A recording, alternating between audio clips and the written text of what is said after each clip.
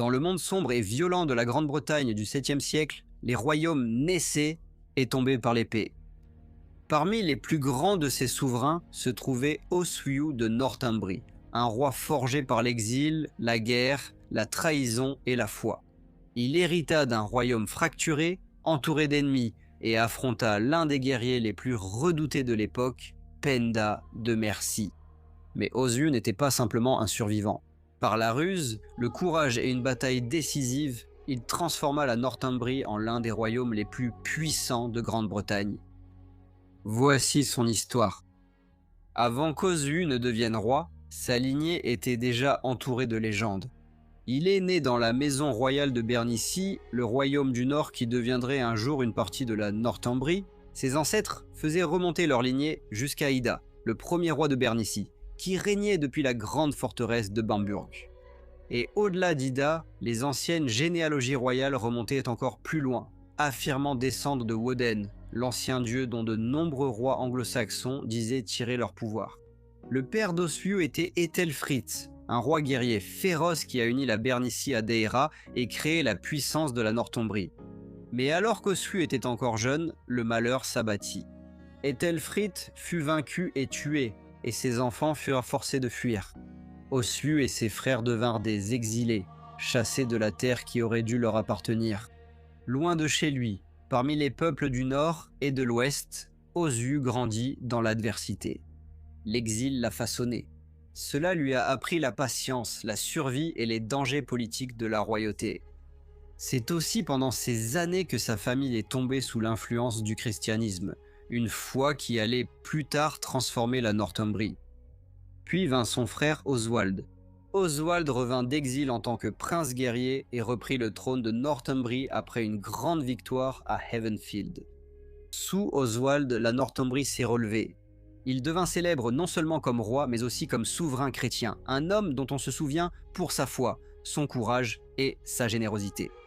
Mais l'époque était brutale, et aucun roi n'était en sécurité bien longtemps. Oswald tomba au combat contre Penda de Mercie, l'un des souverains les plus redoutés de Grande-Bretagne. Et lorsque son frère disparut, Oswiu s'avança.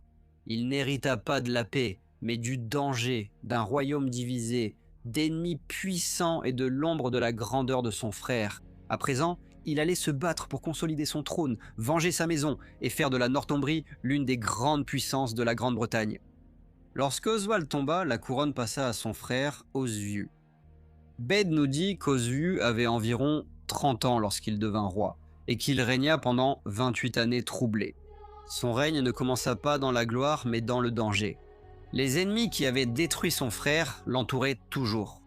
Au-dessus de tous se dressait Penda de Mercie, le roi païen dont le pouvoir s'étendait sur une grande partie de la Grande-Bretagne et dont les armées avaient déjà causé le malheur de la Northumbrie. Oswiu hérita de Bernesea, le cœur du pouvoir familial dans le nord. Mais la Northumbrie n'était pas encore un royaume unifié et stable. Elle était encore composée de deux anciens royaumes, Bernosea au nord et Deira au sud. Pour régner sur la Northumbrie, Oswiu avait besoin de plus qu'une couronne. Il lui fallait des alliés, des liens matrimoniaux et le contrôle des lignées royales rivales. L'un de ses premiers actes importants fut d'épouser Æthelflaed, la fille du roi Edwin de Deira. C'était une puissante alliance politique. Æthelflaed vivait en exil dans le Kent, mais grâce à elle, Oswiu pouvait renforcer sa revendication sur la Deira et s'unir à l'ancienne maison royale de Deira. Les liens familiaux d'Oswiu étaient vastes et complexes. Il avait plusieurs épouses, et ses enfants allaient plus tard jouer des rôles majeurs dans l'histoire de la Northumbrie. Mais pendant une grande partie du début de son règne, Oswiu a vécu dans l'ombre de Penda. Penda n'était pas simplement un autre ennemi, il était le roi le plus dangereux de la Grande-Bretagne. Depuis la mort d'Oswald en 642 jusqu'à sa propre chute en 655, Penda semblait capable de faire et défaire les rois à sa guise. Oswiu devait survivre dans un monde où la Mercie dominait l'équilibre des pouvoirs. Et même au sein de la Northumbrie, le règne d'Oswiu était loin d'être assuré. La Deira fut gouvernée pendant un temps par Oswin, un prince issu de la famille royale rivale des Deirans. Wyn n'était pas simplement un sujet, il était roi à part entière, et son existence représentait un défi pour l'ambition d'Oswiu. Aux alentours de l'an 651, les deux rois faillirent entrer en guerre. Bède dit que des armées furent levées, mais Oswin comprit qu'il ne pouvait pas vaincre Oswiu, qui avait plus de force et davantage d'alliés. Plutôt que de livrer une bataille perdue d'avance, Owain renvoya son armée et se retira avec un seul compagnon fidèle. Il chercha refuge auprès d'un noble nommé Hunwald, pensant avoir affaire à un ami digne de confiance. Mais Hunwald le trahit. Owain fut livré et Oswiu le fit tuer par l'intermédiaire de son commandant. Bède condamne cet acte. Ce meurtre a entaché le règne d'Oswiu. Pour se racheter, il fonda l'abbaye de Giling. C'était un signe de l'époque. Les rois pouvaient être impitoyables, mais ils craignaient aussi le jugement de Dieu. Après la mort d'Oswin, la Daïra passa à Ethelwold, son fils. Oswiu devait encore tenir la Bernicie, influencer la Daïra, gérer les rois rivaux, survivre à la puissance de la Mercie et vivre avec le souvenir de la mort de son frère. La lutte entre Oswiu et Penda durait depuis des années. Penda de Mercie n'était pas simplement un autre roi rival. Il était le grand destructeur de la puissance northumbrienne. À maintes reprises, il avait brisé ses ennemis au combat, et sa victoire la plus terrible avait eu lieu à Marserfield, où le frère d'Oswiu, Oswald, avait été tué. Cette bataille a tout changé. La Northumbrie, jadis redoutée en Grande-Bretagne, fut humiliée. Penda s'éleva plus haut que n'importe quel roi mercien avant lui, et il ferait trembler les rois. Il se tourna de nouveau vers la Northumbrie. Penda rassembla une grande armée, rejoint par des alliés d'autres royaumes. Les sources parlent de 30 chefs de guerre marchant avec lui. Ce n'était pas simplement un raid, c'était une campagne de destruction, et son objectif était Oswiu lui-même. Oswiu a été poussé dans une position désespérée. Il était assiégé dans le nord de son propre royaume. Entouré d'ennemis et confronté à une force bien supérieure à la sienne, Oswiu a tenté d'acheter la paix. Il offrit des trésors à Penda, espérant sauver son peuple de la ruine. Mais Penda n'était pas satisfait. Bède dit que le roi mercien voulait détruire le peuple d'Oswiu du plus haut au plus bas. Si la paix était offerte, elle était refusée. Si un tribut était versé, cela ne mettait pas fin au danger. Même le jeune fils d'Oswiu, Ethelred, semble avoir été retenu en otage par les Merciens. Penda est venu avec une armée monstrueuse. Il est venu avec des alliés d'Estanglie, des forces galloises et des rois qui attendaient de voir quel camp survivrait.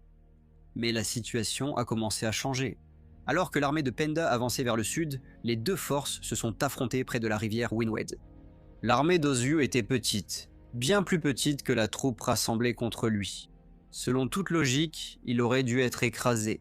Alors, avant la bataille, Oswiu pria. Il promit à Dieu que si la victoire lui était accordée, il consacrerait sa fille à la vie religieuse et donnerait des terres pour la fondation de monastères. C'était la prière d'un roi qui savait que l'épée et le bouclier seuls pourraient ne pas suffire.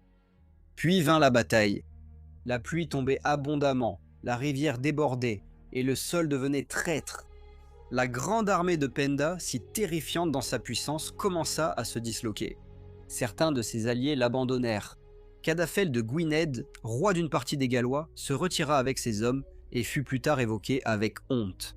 Ethelwold de Daïra, le propre parent d'Oswiu, resta lui aussi en retrait, attendant prudemment de voir qui l'emporterait. Et à ce moment-là, Oswiu frappa. La bataille de Winwed devint un désastre pour Penda. Son armée fut anéantie, beaucoup furent massacrés, mais beaucoup d'autres se noyèrent en fuyant à travers la rivière en crue. Le grand roi païen qui avait dominé la Grande-Bretagne pendant plus d'une décennie fut tué sur le champ de bataille. Sa tête fut ensuite tranchée. Avec lui moururent de nombreux chefs de guerre qui avaient combattu sous sa bannière, y compris Éthelred, le roi de l'Estanglie. La force venue pour détruire Oswiu fut elle-même détruite. Pour Oswiu, ce n'était pas seulement une victoire, c'était une vengeance pour Oswald, c'était le salut de la Northumbrie, et c'était la chute de la puissance mercienne.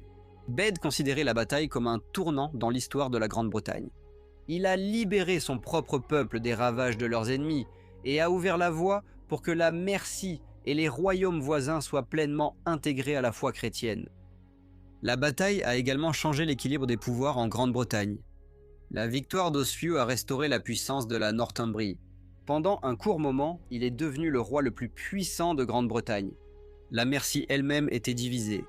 la partie nord passa directement sous le contrôle d'Oswiu, tandis que la partie sud fut confiée à Peada, le fils chrétien de Penda, qui avait épousé une femme de la famille d'Oswiu.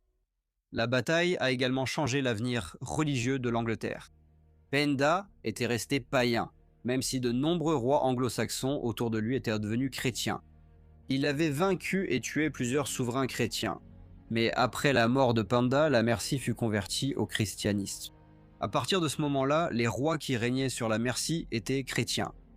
Ainsi, la bataille de Wynwed ne fut pas seulement une victoire militaire, c'était aussi un tournant dans la lutte entre l'ancienne royauté païenne et le nouvel ordre chrétien. L'influence d'Oswiu s'étendait bien au-delà de la Northumbrie.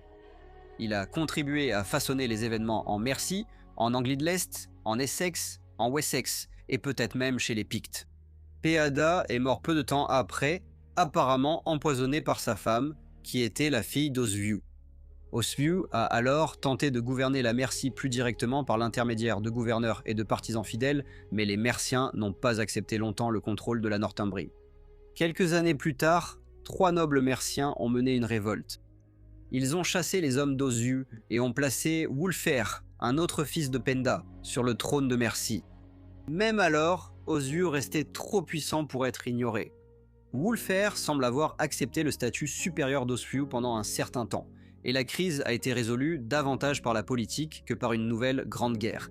Oswiu aurait également mené campagne au pays de Galles, forçant les souverains gallois qui avaient autrefois soutenu Penda à lui verser un tribut.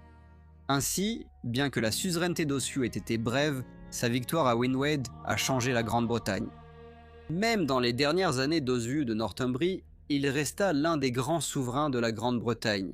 Il a survécu à l'exil, brisé la puissance de la Mercie et rendu à la Northumbrie sa grandeur. La tradition ultérieure se souvient de lui comme l'un des Bred Bretwaldas, les hauts rois qui détenaient le pouvoir sur les autres souverains anglo-saxons. En l'an 669, l'archevêque de Cantorbéry, Théodore de Tarse, est venu dans le nord pour rencontrer le roi. À ce moment-là, Oswiu vieillissait, mais ses ambitions ne s'étaient pas éteintes. Bede nous dit qu'il prévoyait de se rendre à Rome avec son évêque Wilfrid, espérant finir sa vie comme pèlerin dans la ville sainte. Mais il n'a jamais fait le voyage. Oswiu tomba malade et mourut le 15 février de l'an 670 à environ 58 ans. Il fut enterré à l'abbaye de Whitby, l'un des grands centres religieux de son royaume. Son héritage fut immense. Il avait hérité d'un royaume menacé. Il laissa derrière lui une Northumbrie crainte, respectée et profondément liée à l'avenir chrétien de l'Angleterre.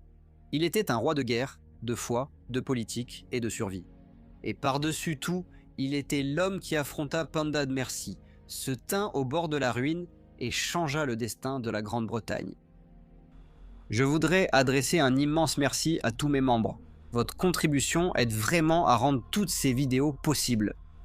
Un remerciement spécial à Stéphanie Asson, Teresa Lux et John Sykes. Si vous avez aimé la vidéo, likez, abonnez-vous et partagez. Je vous retrouve bientôt pour un nouvel épisode de History Profiles.